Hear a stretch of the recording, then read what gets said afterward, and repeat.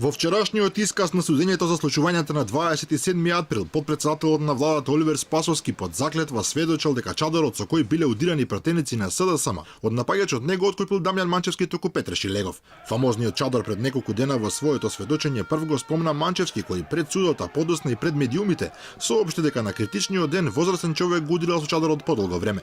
Манчевски му понудил 300 денари да го откупи. Првата понуда била одбиена, после што потпредседателот на СДСМ успеал за 1000 денари да го наговори возрастниот човек да му го продаде чадорот. Како што кажав и внатре, се работи за оружје, не реков ладно оружје, се работи за оружје. Еден од толпата, некои добри над 40 минути, ме маваше со чадор. Првата понуда беше 300 денари, не ја прифати, за на крај за 1000 денари го даде чадорот и ја напушти просторијата. Ова приказна на ниво на анегдота неколку дена се вртеше во јавноста и дури Манчевски ја повтори на гостување во една дебатна емисија набргу после сведочењето пред судот. Истата стана повторно актуелна вчера, кога на крајот на својот исказ Спасовски своеволно го спомна случајот од чадорот, но овој пат во друга верзија.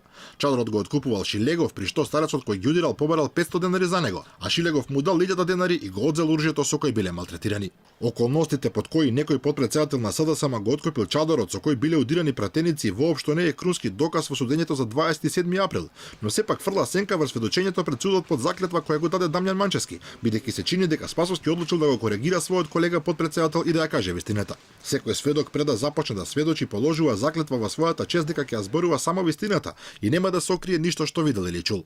Од овие две сведочења на Манчевски и Спасовски едно е сигурно. Некој од нив излажа подадена заклетва пред судот за една баналност како што е чадорот со кој биле удирани пратениците. Што се случува со веродостојноста на другите соопштени факти за време на сведочењето врз основа на нови околности ќе проценува судот.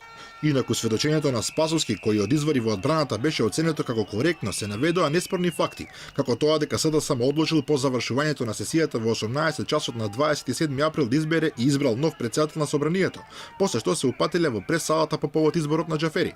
Но и досега неслушнати податоци според кои Спасовски побарал од Ал Џафери да му се јави на тогашниот министер за внатрешни работи Агим Нухију за да интервенира откако толпата започнала да биде насилна во пресалата. Но таква реакција и покреветувањето од Ухију не се случила.